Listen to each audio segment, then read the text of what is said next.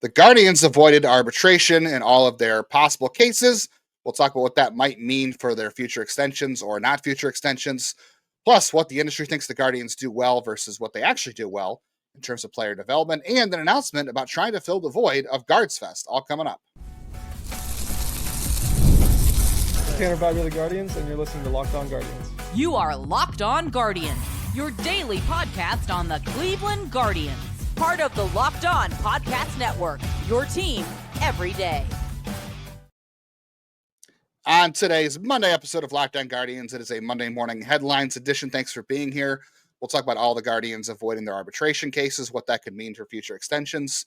A poll of executives took a survey about what the Guardians do well player developmental-wise, and we'll talk about what that came out to be and versus what they actually do well.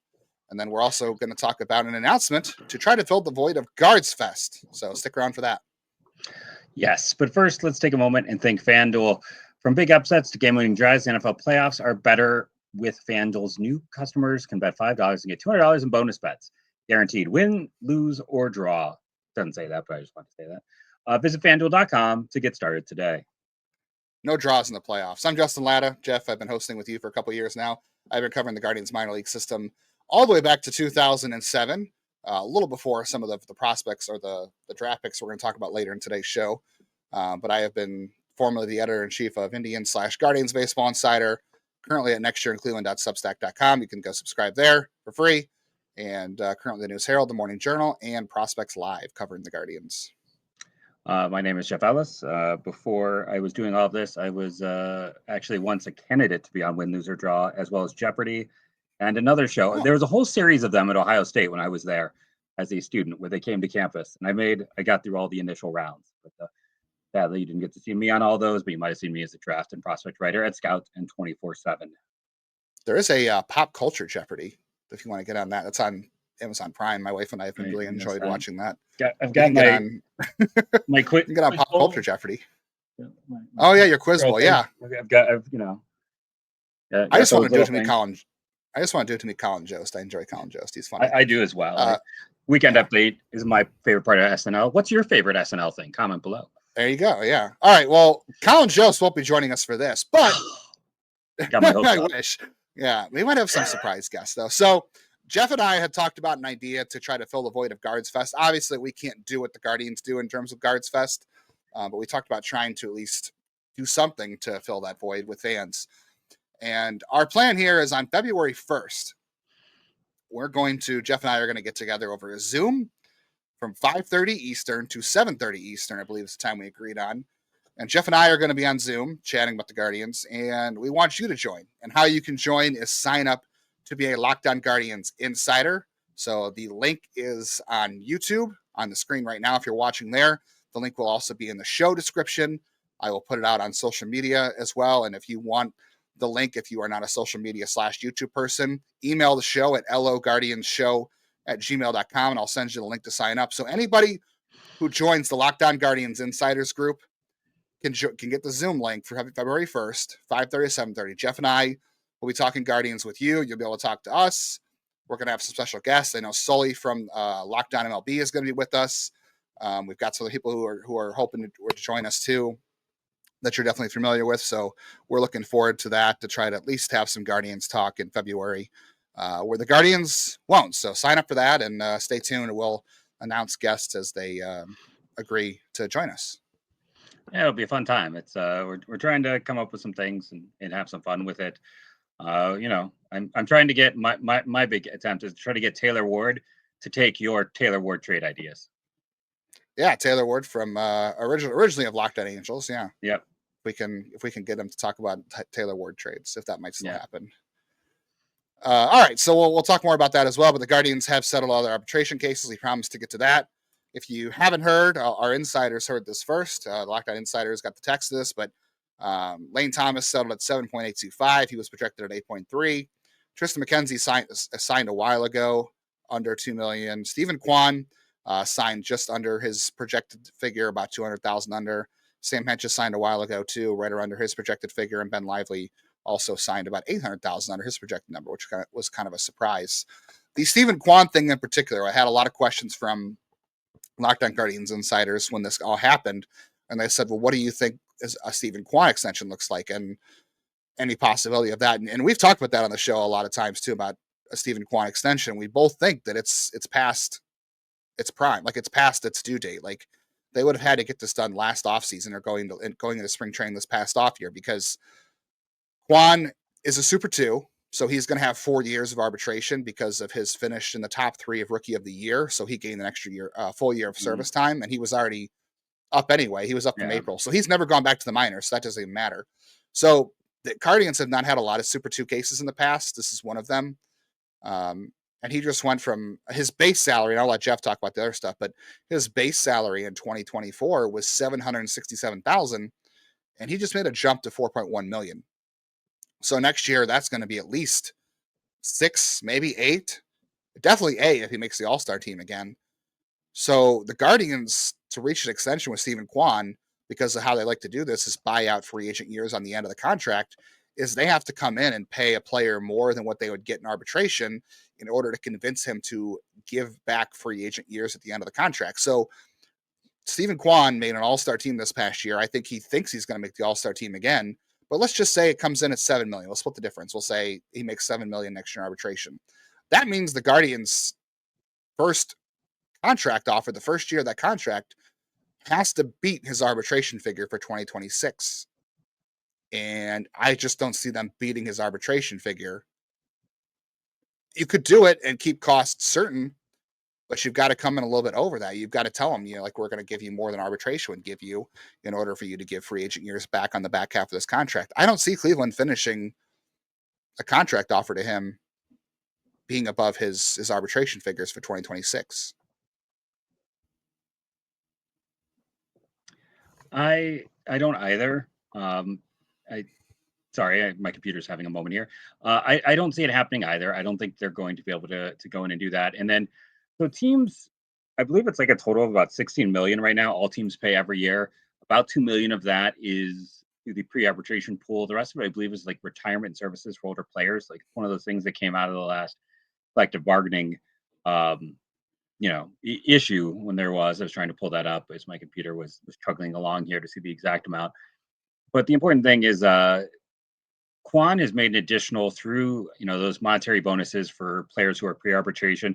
He's made 1.6 million extra. So in the past, a player like him who debuted later, 27, he's just hitting arbitration now. He's not going to hit a free agency until he's 30 about. He's going to get 3 more years in. He'll be his age 30 year. He is a smaller player. His profile can sometimes be the type that does not get paid as well. So like in the past, he'd be a slam dunk extension guy. We also got to point out, for most of these players, you go back, Michael Brantley is kind of, honestly is his closest player. And I don't mean who Michael Brantley became. I mean who Michael Brantley was when they gave him an extension. In terms of like, at the time, we thought that he was a strong defender in left field, mostly because he threw out a lot of guys. But the bat didn't have quite the power or some of the other tendencies. Like Cleveland signed him to the mother of all great deals. And then the only thing that made it not as great is that he got hurt. Or else that would have really paid off for them. So for someone like Kwan, they really needed to strike the iron probably after his rookie year. We'll keep referencing it because some people saw it. It's like there was that infamous video that leaked out of him discussing, what was offered versus what was there, and his ability versus that of Miles Straw, and when Miles Straw was getting paid. And they gave him an offer. He clearly didn't agree with it. And I don't know, who's to say if any offer was made again after that. But essentially, if you don't lock a guy up in the first 3 years, there's no incentive for that player to give up free agent years. There just isn't. And especially because Kwan is getting hardware, and hardware makes arbitration go up. This is, different for someone like, let's say, Tanner, where, he finished second in Rookie of the Year, right? But it's harder for him to get, even though he probably should have been nominated for Gold Glove for pitcher, he doesn't have those things yet. Whereas for Kwan, he can say All-Star. He can say 3-time Gold Glove winner. That is the stuff that gets you paid in this process. And he's going to make 4.1 this year. He's probably in line to get closer to 8 to 9 next year, just as the way, if he can replicate anything close to what he did. Even if he doesn't make the All-Star game next year, just another Gold Glove, another piece is going to double it. He could be, I think he could be close. I think he'll make more than Naylor in his final year. And, it's interesting to say that because Naylor has been a better offensive player than Kwan has for all the ups and downs with Naylor. It's like with Naylor. Um, Steven Kwan's second year was kind of mid. Let's be honest. Like it was not the strongest. He had a bit of a sophomore slump. And this past year, I brought it up last time we were together. It's interesting because he was so the first half we were points where people were like he might hit 400. In the second half, he couldn't hit 200.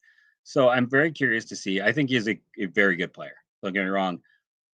I'm curious to see consistency with him, but they're not going to give him. There's no way. Like I hate that. People got really mad at me when I was like, "There's a 0.0% chance they're going to give Lindor an extension." It's just not happening. Like everyone was telling me why I was wrong. I didn't think Jose had the best chance either, but it was again a different situation because of his desires. But this current situation, like you got to move on from the Quan extension. It's not happening, and they're not going to pay for that profile too. If you're going to pay for something, they need it to be age. Yeah, you need it. Like Jimenez was very young relative to all things because he debuted very young when they gave him that extension. Straw was older, but it was kind of a cheap extension. Like Straw just had to be a league average guy for that to work out. And Clase was super young too. I think people sometimes forget just how young he was when they gave him that extension, all things considered. But yeah, they tend to give guys with extensions with a little bit of a cleaner profile. And Kwan has had 1.5 fantastic years and 1.5 mid years in his 3 years. So I also think they are not in a rush to pay for that. Probably not. I was wrong, by the way. According to Spotrac, he and Tanner both are not Super 2s, which I think is very strange. They're listing it at 3 RBers each. I'm very surprised by that. So I don't know. The other thing with Kwan too, not to drag the room down as we move on, but there's a chance now we have to look at if we're talking about how he's not going to be signed to an extension. More than likely, we don't think. If he's not signed to an extension, is 2026 his last year as a Guardian? Probably. Yikes. We're really making things feel good for you on a cold Monday for Locked On Guardians. We got more to come on arbitration cases and what the industry thinks the Guardians do well. And we'll talk about what they really do well compared to the survey. All coming up.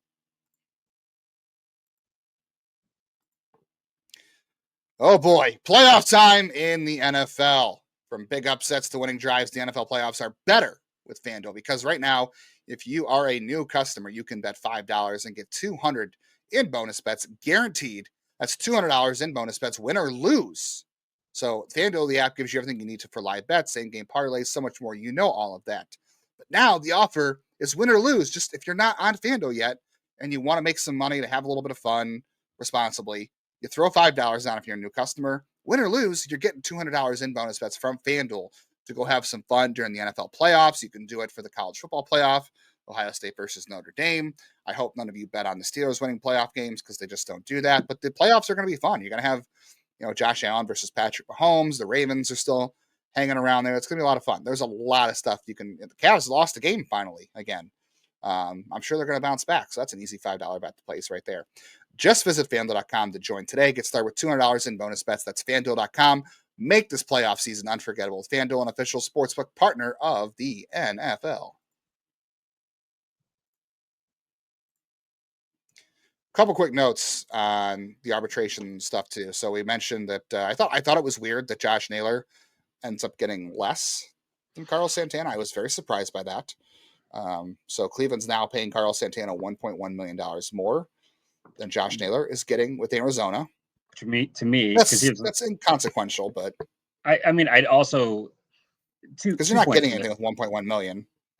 But you can aggregate it, right? Like that's the thing. It's hopefully this. Yeah, you did save money. You quote unquote save money on. They settled below with everybody on their list. So, but 2 quick points on this. One, yes, they knew what Naylor was going to cost. They by this point in the process, they definitely had exchanged numbers and information, so they knew that Santana was going to cost more. And 2, that means that they viewed Santana as Santana plus Slade Ciccone. Let's be honest, it's not just Santana, but they thought that. And the comp pick. They viewed it as you're trying to get value for him, but I think on a basic level, it also speaks to they viewed Santana as in the vacuum, I know people get mad about this, and you do have to consider age, but like I think like they view Santana as just a little bit safer. Like, he has been an Iron Man throughout his career, and Josh, even in the first year he made it through, was beat up by the end. So I think some of that came to play. Yeah, definitely something to watch as the year goes on. I will be paying lots of attention of what those two do. He's in a super friendly hitter's park. Like, yes, people are gonna respond, but I'll say, like, if he doesn't have a monster year, it's gonna be a disappointment, because that is outside of Colorado, the most friendly hitter's park in baseball. I was gonna say he gets to play even more than Cincinnati. Yeah, so if you count the 7 games he'll play at Colorado, he's got automatically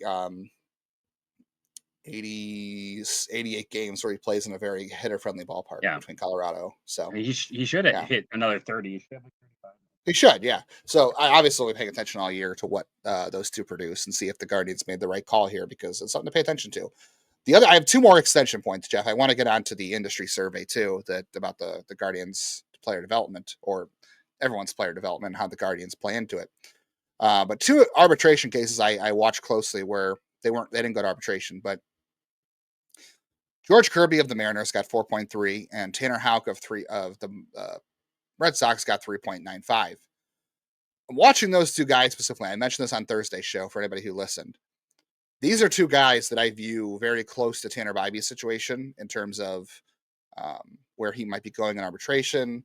Those 2 guys both had better seasons than Tanner in 2024. We can't say that for sure, but I think Tanner's still on a good track to be improving in 2025. But these are numbers I would keep an eye on for Cleveland for Tanner, because you could factor in inflation, just a better year overall for Tanner, and he comes close to these numbers, right? So when we're talking extension again about Tanner Bibee, these are close to the numbers they're going to have to beat to get an extension done with him, right? And this is the off season to do it. This is the February to do it. Just like Kwan, this is the February they have to get it done with Tanner. Otherwise, next year in arbitration, he could be easily making $4 million, $5 million in arbitration if he has another good year. And you have to question Cleveland's ability and desire to meet the arbitration figures and give him more up front and buy out the free agent year. So these are 2 numbers I took away from the arbitration settlement process to watch for the year ahead for Tanner and any possible extension. Yeah, and I talked about this at the beginning of the offseason. One of the hidden costs of not signing guys is having uncertainty, and then having to sit there and run out and have, Owen Miller get a year worth of at-bats to prove he's not there. Have Will Brennan, maybe his 3rd year in a row, potentially, as a platoon in right field, even though he hasn't really done anything to prove it. Like, you got to pay a few guys. Like, I understand this is one of the smallest markets in terms of size and like average income. I'm not expecting them to spend with the big market teams, but I would like to see them keep a few guys, so you're not constantly. The lifeblood of this team is always going to be uncertainty. It's going to be seeing what young guys can step up and step in, but you need to have a few. When this team was great, you had Carrasco, you had Kluber locked in. You did have the Jose they locked in. Well, but you had Lindor, and when the young guys came up as reinforcements to the core, that is when you.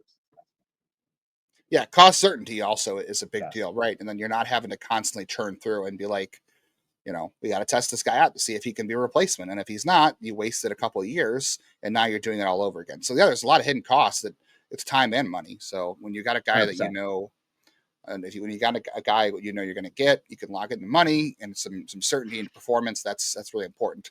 As far as other impacts too, I don't want to bring the room down. I know people are going to be like, wow, you're really negative on Monday, Justin. Emmanuel Clase, at some point, only on Mondays. I thought it was. I'm kidding. It's every day. Yes, every day. I'm just constantly taking a staple gun and ruining everyone's day. I don't know. I want staple gun in my hand. That's a fun story for another day. That was great. Like if we're talking about how Kwan might get traded at the end of his club control, and they traded Andres Jimenez. Not to say that Clase will stop being valuable too, but do we think they're going to let Clase pitch to the end of his contract, or are they going to trade him in his last year or two to get something back? That's something this team just does. We have to account for that.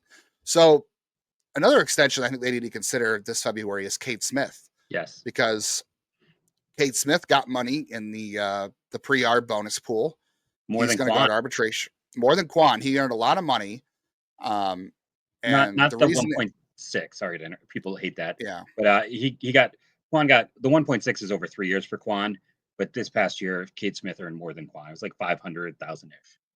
Yeah, because of where he finished in overall WAR. It's totaled by WAR.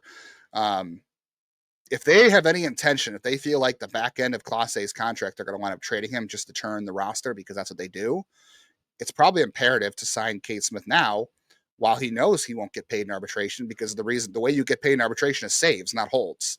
So holds are going to be a plenty for him, but if you don't get paid through holds in arbitration, that's kind of why they're able to lock up Trevor Stephan.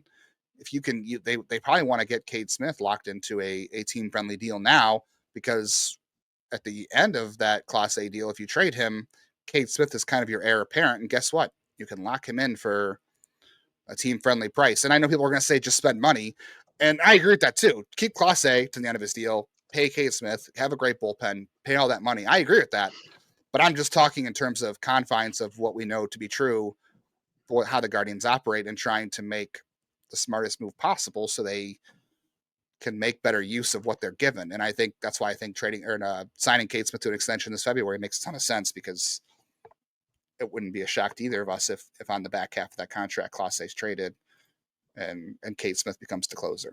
Yeah, and especially because when you're looking at like all parts of this, all components, Cade Smith's going to be 26 for basically most of next year. He's got an early May birthday.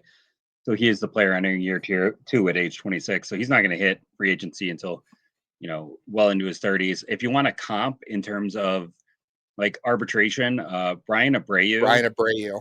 Yep. Yeah, Brian Abreu is the best comp I could find. He debuted much younger.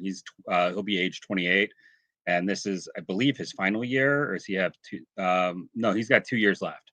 So his second to last year of arbitration, he's only at 3.7.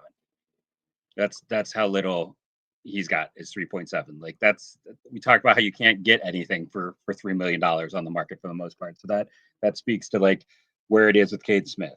That's why I agree with you 100% on your point. And if anything happens to Class A, God forbid, and Cade Smith starts racking up saves, there goes the money. So like if they're smart, yeah.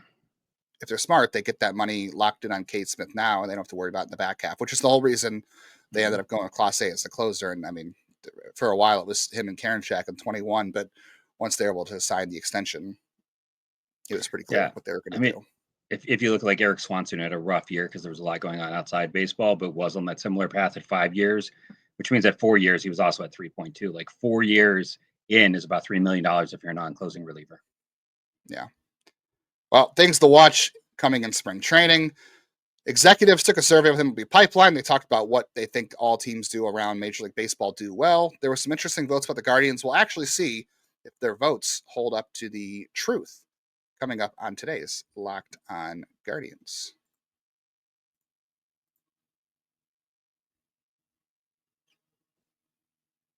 Appreciate you guys making Locked On Guardians your first listen today, and everywhere you get podcasts every day. We are free everywhere you get a podcast, including YouTube as well. Make sure you're subscribing. Automatic downloads are our best friend. We appreciate you guys. If you're a YouTube watcher, please still subscribe on audio and have an automatic download. It really helps us. It keeps the show moving in terms of things we can do and all that kind of stuff, and being more active. As we mentioned before, you can email the show now. It's loguardianshow@gmail.com. If you're not someone who is commenting on YouTube, or you're not a social media person, the email's wide open. And if you want to say hi on email, that's fine too. Tyler Walters, got your email. Really appreciate that. Super nice email from Tyler. Love seeing emails like that. We really appreciate it for the effort we put in, and everybody being super nice. And, as we said at the top of the show, going to reiterate again, the live stream fest. Join the Insider program. The link is on the screen. If you're on YouTube, the link is in the show description. I will also put the link on YouTube and social media, and I can send it to you via email if you need it. Become an insider with us, and we'll give you access to that Zoom call. So instead of just you commenting on YouTube and us talking, you'll actually be able to talk with us about the Guardians and trying to talk about things that we would have talked about at Guards Fest. It'll be Jeff and I for 2 hours on February 1st, 5:30 Eastern, and we'll have a couple of guests. So make sure you sign up for that as well. We'd really love to interact with you guys more. I want to quickly give 2 shout outs to 2 of our recent everydayers. If I haven't given you a shout out yet, comment. This is where I'm getting it from, is in the YouTube comments, to Will Warner and Anthony Mock. I try to be very good about that, but if it's in the comments, I write it down. I give you your shout out for being an everydayer because we appreciate that. I do miss things, so if I miss you, I apologize. Post it again. If you saw my podcast last week, you see just how much my ADD mind is. If you want to know why I'm always interrupting Jason, not Jason, you're Justin. Justin over here. Talk about my ADD mind at work right there. You can see that on full display, but that's part of it. But we're having fun. We hope you all are having fun with us. There's not always, breaking news at this time of the year with baseball. But the industry, so MLB.com was looking for ways to fill the soft spot, as it were, in the reporting schedule. And Justin's got some interesting information. Yeah, I'm sure people read this. If not, I encourage you to go read it. But they got responses from all 30 organizations with, from executives, cross-checkers, all kinds of different things. And they responded with some answers here. And then the fourth one is the most interesting because it involves farm systems and how they do. So the Guardians got 4% of the votes out of, responses from people from all 30 teams as one of the best farm systems. And they finished behind Boston, which I talked about on Thursday's show last week, that Boston is a farm system that's fantastic because they were able to trade Braden Montgomery and Kyle Teal and Winkleman Gonzalez and still have the best farm system. And I talked about the difference of having a good farm system and having a farm system good enough to make trades from. And that's where the Guardians are versus that. So go back and listen to Thursday's show if you want to hear that explanation. Tampa Bay got 20% of the votes. The Tigers got 12% of the votes. The White Sox got 10% of the votes. That's had to be very much based on the Garrett Crochet trade because you and I both agree the White Sox farm system not the best. Dodgers only got 8%, shocking, but I guess they've traded a lot recently. The Cubs got 6%. The Nationals got 6%. The Guardians got 4% of the votes. Mariners got 2%. Everybody else finished below that. So Guardians 4%, and they finish 1, 2, 3, 4, 5, 6, 7, 8. So top 8. I agree. They're a top 8 farm system for sure. Yeah, there's a few on that list. I think they would, in my opinion, be a little bit higher than. Definitely But the White Sox. Yeah, I mean, they did just make a good trade. I like their trade. I like their draft last year. Honestly, I feel like in my mind they had a lot of guys I did like in their draft. You love Hagen Smith. Yeah, I did. There's some other players. I have to look at my lists and see, but I was not in love with all parts of it. And let's be honest, lists like this are very much victims of recency bias. Like that is kind of what happens. A lot of times if you're running a team, unless you are really paying attention, you might, like before this, you and I were struggling to recount the draft order for their most recent first rounders. And we spend probably more time on prospects than probably some of the people that get asked who work for teams, because not everyone who is a front office person works on the prospect and or minor league scouting side of stuff. As far as the draft, the Guardians, who drafts the best? The Dodgers got 16% of that vote. The Red Sox 14, the Orioles 10, the Brewers 10. The Guardians got 8% of that vote, drafting the best. I thought that was interesting, and I ran some numbers too. We're going to keep going with this, but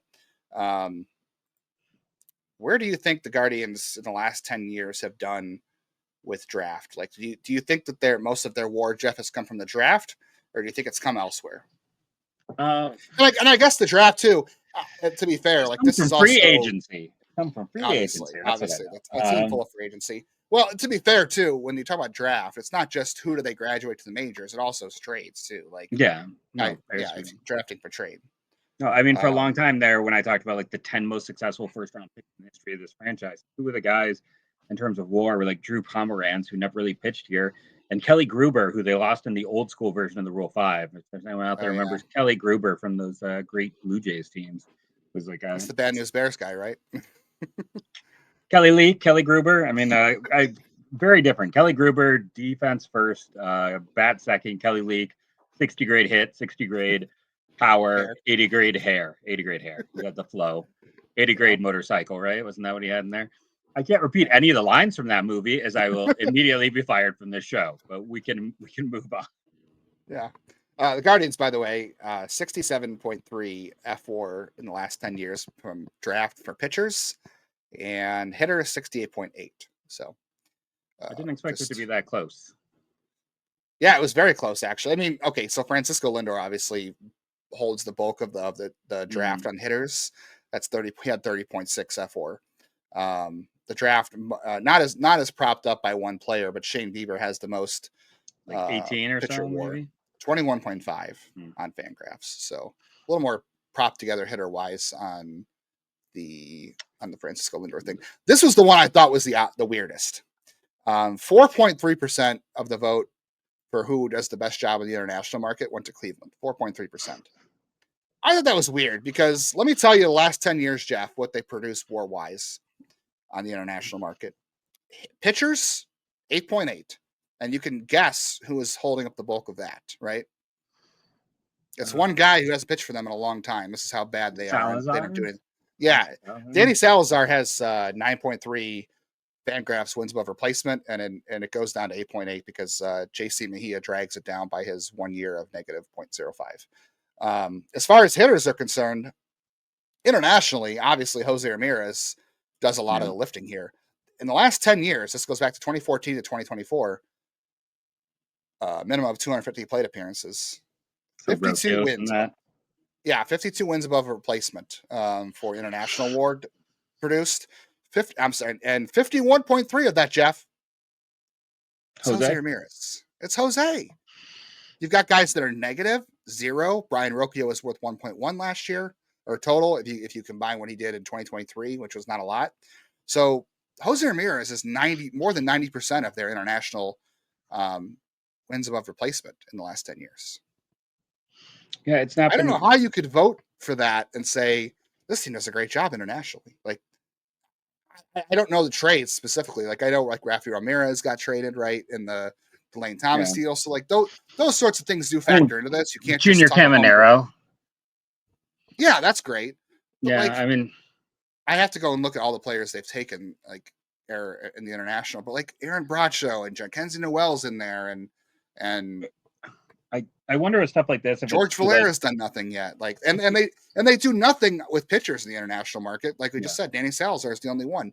JC Mejia and Danny Salazar are the only two guys that have the made only it other from guy the international class. I can think that they even like bothered to protect was Oviedo, right? Like, wasn't that Luis Oviedo? They didn't protect him. Remember, he went to the Pirates.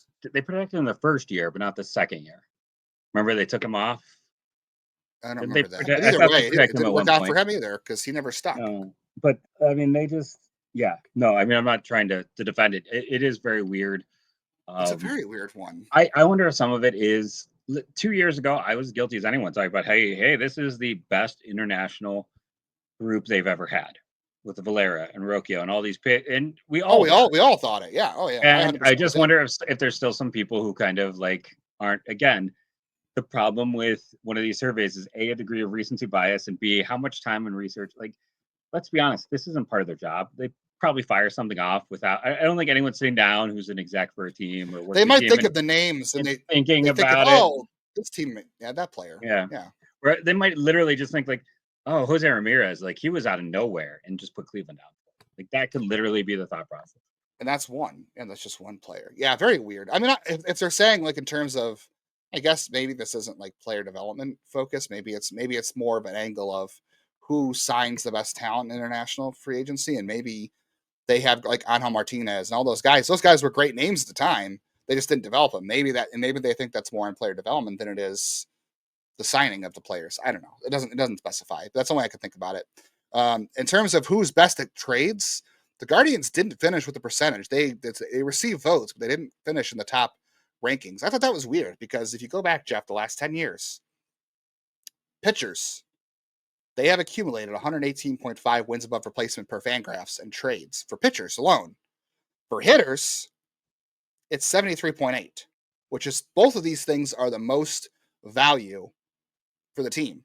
It's ahead of pitch, it's ahead of drafting, it's ahead of free agency, obviously, for both sides of things.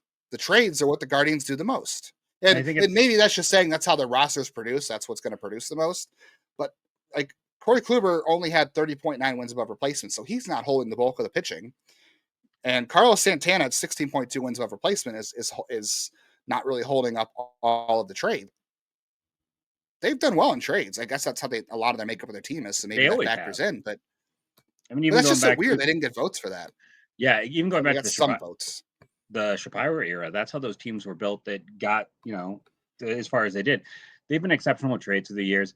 I think, again, they're victims to how they make trades, right? Like, they don't make sexy trades. Like, remember, everyone's screaming their heads off about the Clevenger trade. They just traded for their scraps and this and that. And that's like, well, that worked out pretty well, right? Or the whole talk was they traded Lindor and Clevenger and didn't get a single top 100 prospect. It's like, or you can go back to when they made the Trevor Bauer deal, right? Like, people were mad because they shifted Trammell instead of taking the prospect and got Franmil Reyes. No matter how you feel about Franmil Reyes, his run here was better than anything that Trammell has done in the big leagues. Like, they have really threaded this needle well of finding talent, getting guys.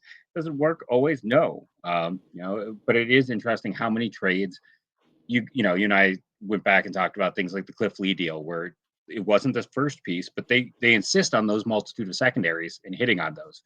Or even the Casey Blake deal, where technically heading into the year, John Malone was a higher rated prospect than Carlos Santana when they made the deal. Like, I didn't remember. That was a good point for you. But they've been very good about that. And, I thought Arias was the center of the Clevenger deal. A few years later, I mean, I think it's safe to say Naylor is the best piece. Like, I don't think that's really debatable. But they've done a very good job of putting together and getting pieces. And very rarely on those bigger deals, some of the minor ones, we talked about the Junior Caminero one, and that's going to sting. But, like, they're very good at evaluating guys in the upper minors. That's, again, why I'm kind of excited about guys like Ciccone and Ortiz, because they very rarely miss on guys who are at that level, as shown by the WAR they've accumulated from those trades. Yeah, the last 10 years. Horde's prospects 16%. I don't think there's any surprise they got votes for that. Like, we kind of can see that there. They got 20% of the votes for best at developing pitchers, and last year it was interesting. Pitcher WAR last year was 6.2 from the draft and 9.6 that from college. There were some guys that weighed that down. Because Tristan McKenzie had such a bad year, he weighed down the overall draft. Definitely college focused, right? If you actually look at the Guardians pitching draft, 67.3 wins above replacement since the last 10 years. 7.1 wins came from the high school ranks, because only 2 pitchers from the high school ranks made it to the majors. It was Tristan McKenzie and Sam Henches. In the last 10 years, those are the only 2 high school pitchers that have made it for the Guardians to the majors, and they were both on last year's roster. So Tristan McKenzie, 14th best WAR of any first rounder in franchise history. Crazy. That's saying something for a guy who had negative WAR last year. Bradley Zimmer is at 18th best WAR of any first rounder in franchise history. That's how bad they were drafting in the 60s, 70s. Gavin Williams is 20th best already. Baseball Reference. I don't even know who that is. Yikes. No, Gavin Williams, current pitcher. Oh, I think Kevin. I think he said Kevin Williams. Gavin Williams is sitting 20 right now. That's how bad this franchise has been. You've got Gavin Williams 20 and Bo Naylor at 18. Like, I mean, they've got a lot of current guys on this list. Which is why they do better in trades. They do better at trades than they do drafting, which is odd. And then they got 6% of the vote for who develops hitters best. And